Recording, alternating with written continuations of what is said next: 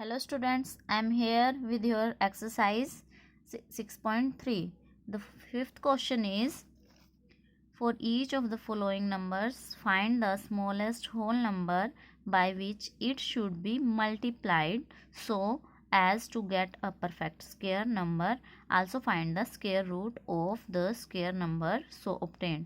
Question में इसने क्या कहा है, for each of the following numbers, जो भी हमें नंबर्स गिवन है उसका smallest whole number find out करना है जिससे हम उसको मल्टीप्लाई करें तो वो एक क्या बन जाए, परफेक्ट स्क्वायर बन जाए। मतलब कि हमें कोई नंबर गिवन होगा वो परफेक्ट स्क्वायर नहीं होगा, तो उसको परफेक्ट स्क्वायर बनाने के लिए हम उसको किस नंबर से मल्टीप्लाई करेंगे। यहाँ लिखा हुआ विच इट शुड बी मल्टीप्लाइड, किस नंबर से मल्टीप्लाई करेंगे कि वो एक परफेक्ट स्क्वायर बन जाए। अगर वो परफेक्ट स्क्वायर बन जाता है फिर उसके बाद क्या फाइंड आउट करना है, square root of the square root find out करना है जो स्क्वायर नंबर होगा उसका।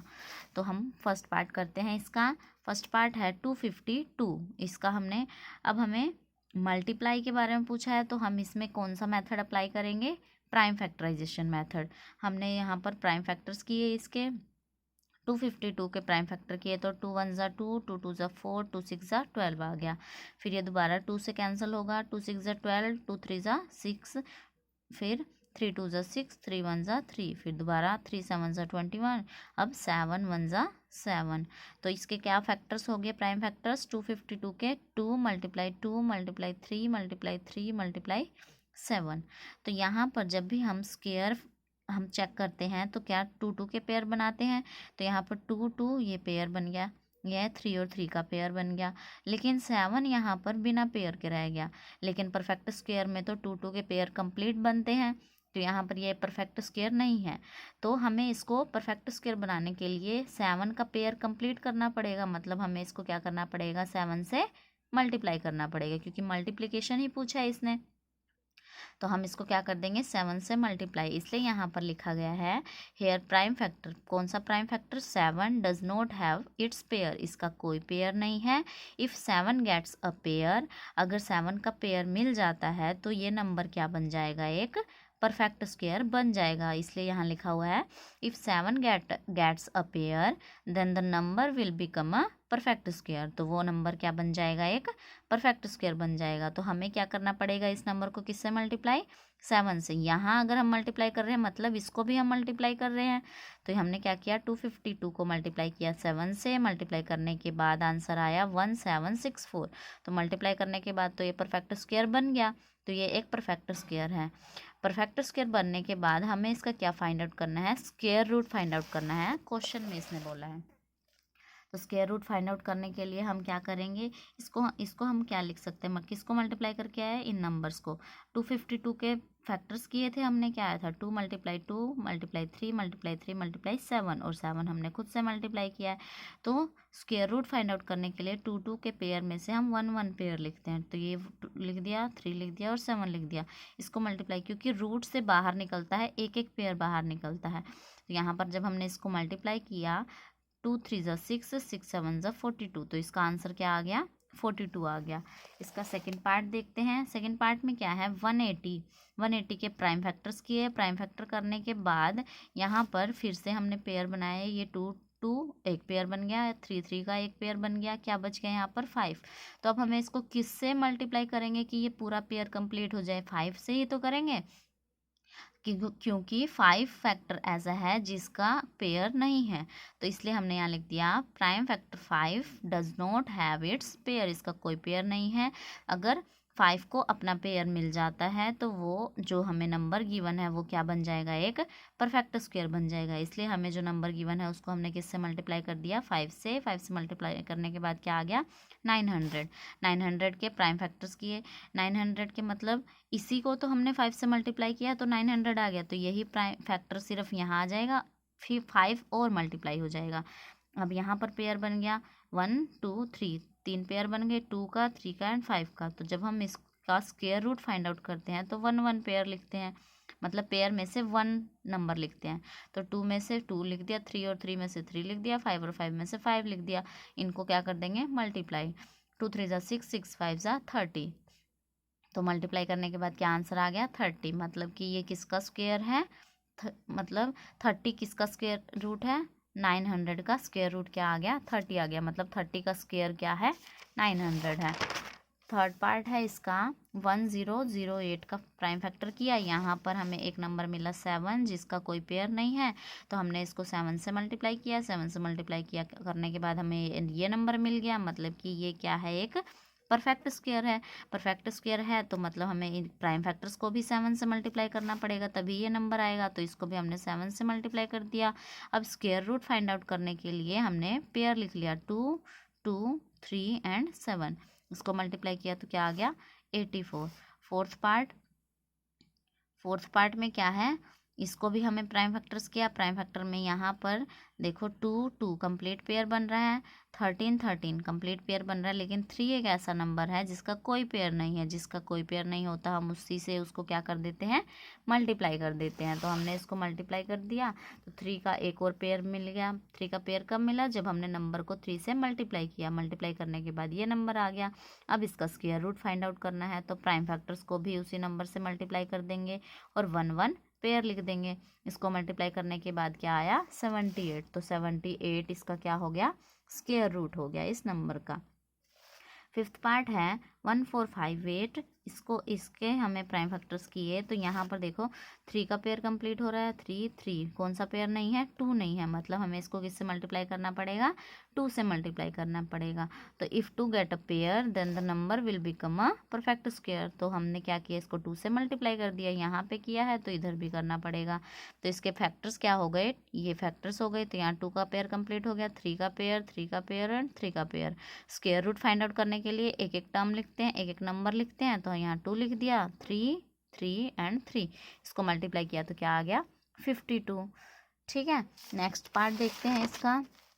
नेक्स्ट पार्ट क्या है 768 है, 768 के प्राइम फैक्टर्स किए, यहाँ 2, 2 के पेयर कंप्लीट हो जाते हैं, यहाँ 3 नंबर बच जाता है, मतलब हम इसको किससे मल्टीप्लाई करेंगे, 3 से मल्टीप्लाई करेंगे। 3 से मल्टीप्लाई करने के बाद ये एक नंबर क्या बन गया, परफेक्ट स्क्वायर बन गया।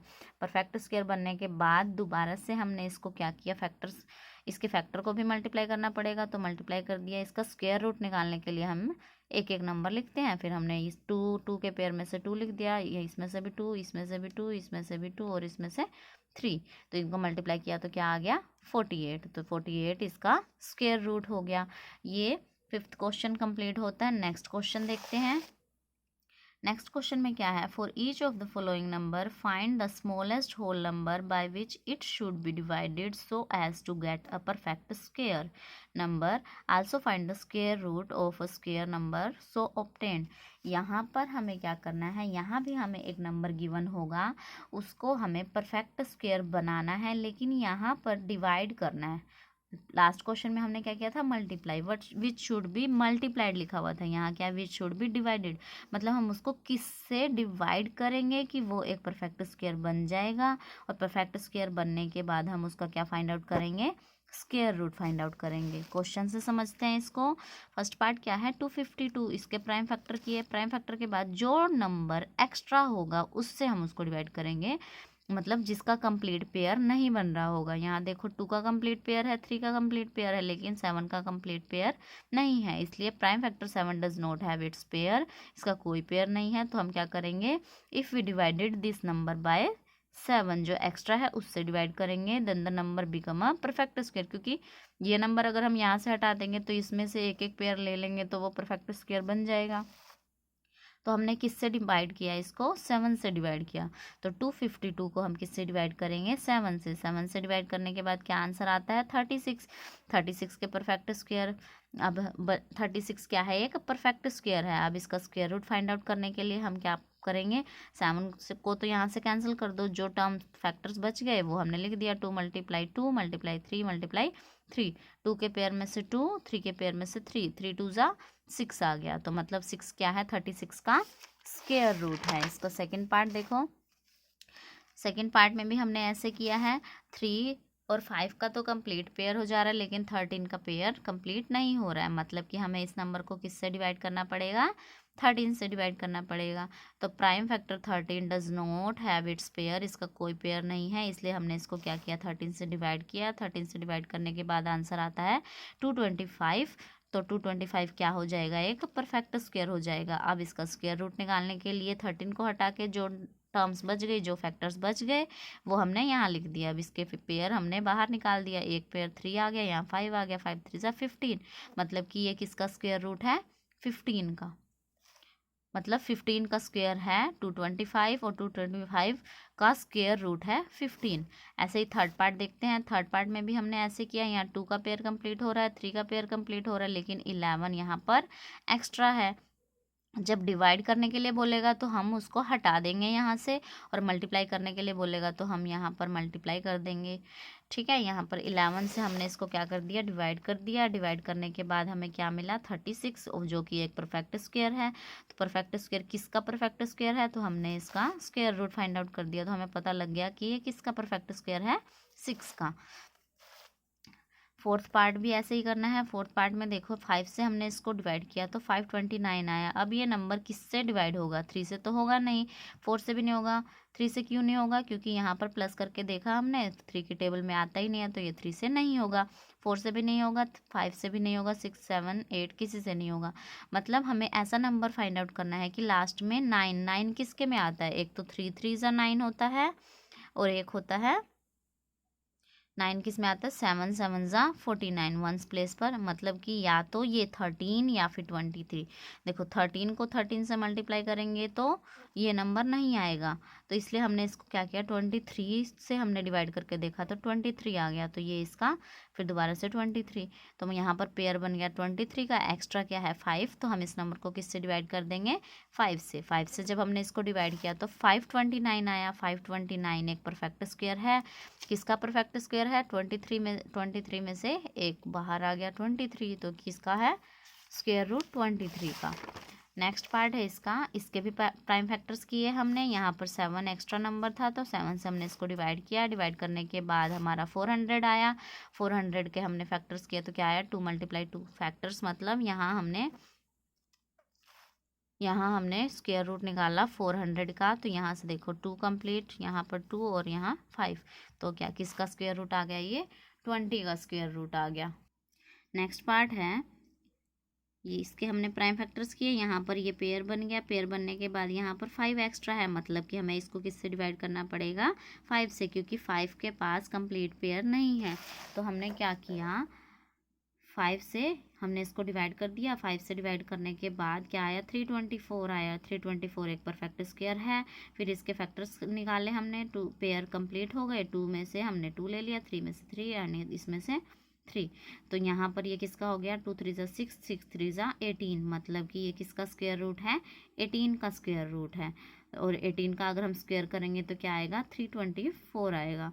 तो अभी हमने क्या पढ़ा, मल्टीप्लाई करके हम उसको परफेक्ट स्क्वायर कैसे बनाते हैं, एंड डिवाइड करके हम उसको कैसे परफेक्ट स्क्वायर बनाते हैं। नेक्स्ट वीडियो में हम इसी एक्सरसाइज के नेक्स्ट क्वेश्चन को सोल्व करेंगे। Thank you students.